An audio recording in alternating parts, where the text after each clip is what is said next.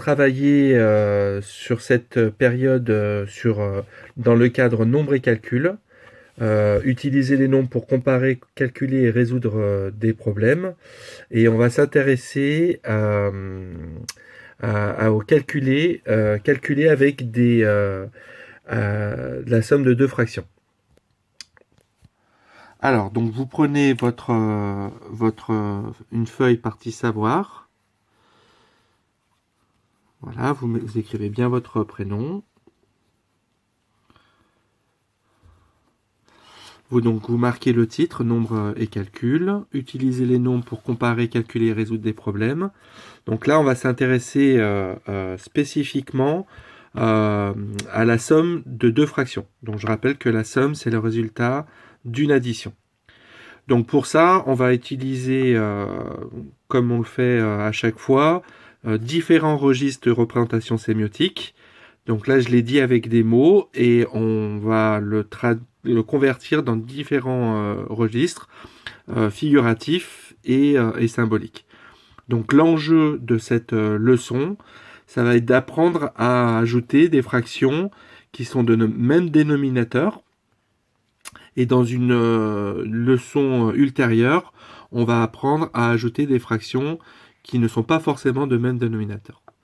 Alors pour ajouter deux fractions qui ont le même dénominateur, donc vous écrivez ajouter deux fractions qui ont le même dénominateur. Bien sûr, vous pouvez utiliser la pause de votre vidéo pour bien prendre le temps d'écrire. Et donc on va travailler sur un cas particulier. Donc ajouter 1/8 et 3/8. Donc j'exprime dans le registre figuratif.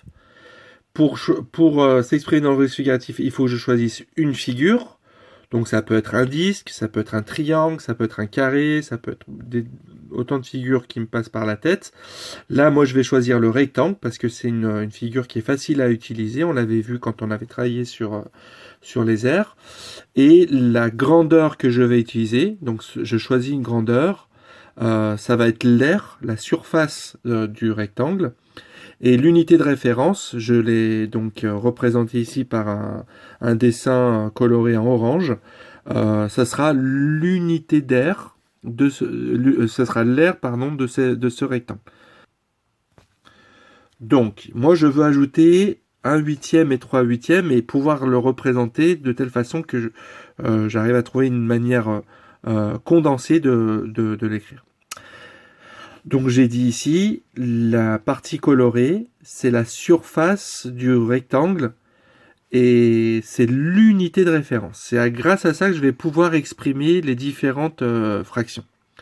Donc ici, je vais représenter 1/8 dans le registre figuratif et aussi du coup dans le registre symbolique.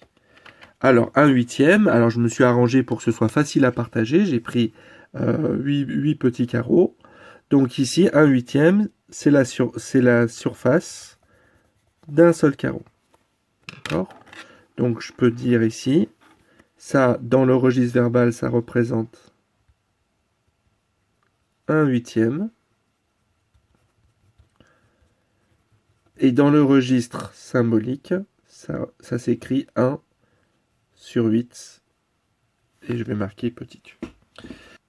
Alors là, il y a une petite erreur de ma part. Donc ici, je me suis trompé. Mon unité de référence, j'ai pris 9 petits carreaux, donc c'est pas correct. C'est 8 petits carreaux. Donc là, c'est bien, ça représente bien 1/8. Donc pour représenter ici 3/8, donc je prends une unité, 1/8 d'unité, pardon, encore 1/8 d'unité, et encore 1/8 d'unité. Donc j'obtiens ici 3/8 d'unité. Donc je vais l'écrire. 3/8 d'unité. Alors, il faudra que je l'écrive comme ça pour qu'on soit bien clair. Donc d'unité. Et en fraction, donc ça s'écrit 3/8 d'unité. Donc, si je prends 1/8 d'unité et encore 3/8 d'unité, ça me donne donc 4/8 d'unité. Donc je peux exprimer, donc dans le registre verbal, 1/8 d'unité et 3/8 d'unité. D'accord, est le même nombre que 4/8 d'unité. Alors, dans le registre symbolique, je vais l'écrire 1/8 d'unité plus 3/8 d'unité. C'est la même chose que 4/8 d'unité. Alors, en mathématiques, très souvent, on n'écrit plus le U, donc parfois on écrit directement 1/8 plus 3/8 égale 4/8. Donc on voit ici que en fait c'est assez général, c'est-à-dire que quand on a le même dénominateur, donc je rappelle que le nombre qui s'écrit en dessous de la fraction, celui qui permet de partager, ça s'appelle le dénominateur, et le nombre qui est au-dessus s'appelle le numérateur. Donc là on voit une règle se dégager que vous avez vue en 6e, c'est-à-dire que quand on ajoute deux fractions qui ont le même dénominateur, on ajoute les numérateurs, 1 plus 3 ça donne 4, et on garde le même dénominateur. Donc vous écrivez, c'est une règle, c'est un savoir, pour ajouter deux fractions qui ont le même dénominateur, virgule, on ajoute les numérateurs et on garde le dénominateur commun. Donc ça c'est dans le registre verbal. Dans le registre algébrique, je vais l'écrire, donc je vais écrire deux fractions. Si par exemple j'ai A sur B plus... Alors, dans mon écriture algébrique, il faut que je marque ici la même lettre pour désigner le dénominateur, parce que dans la règle, je sais le faire si on a le même dénominateur. Là, je peux prendre n'importe quelle autre valeur. Donc, si j'ajoute, ajouter, donc je le traduis par plus. Deux fractions, je les ai écrites de manière algébrique, A sur B et C sur B. Si elles ont le même dénominateur, donc ça je l'écris en utilisant la même lettre pour désigner le dénominateur.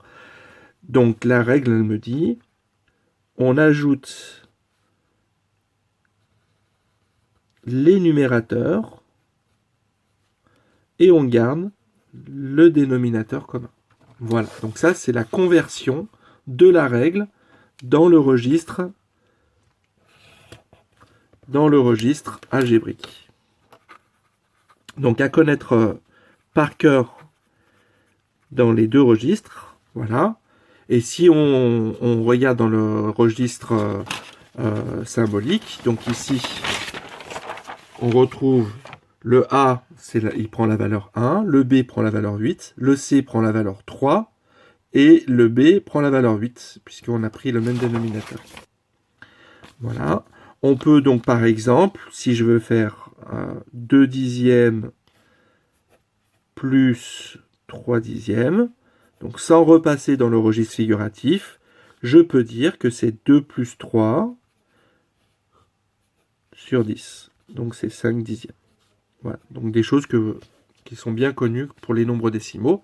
Alors, nous, ce qu'on va faire dans la prochaine leçon, c'est qu'on va apprendre à ajouter des fractions qui n'ont pas le même dénominateur. Pour cela, on va utiliser le registre figuratif pour transformer l'écriture des fractions de telle façon qu'on se retrouve dans cette situation-là.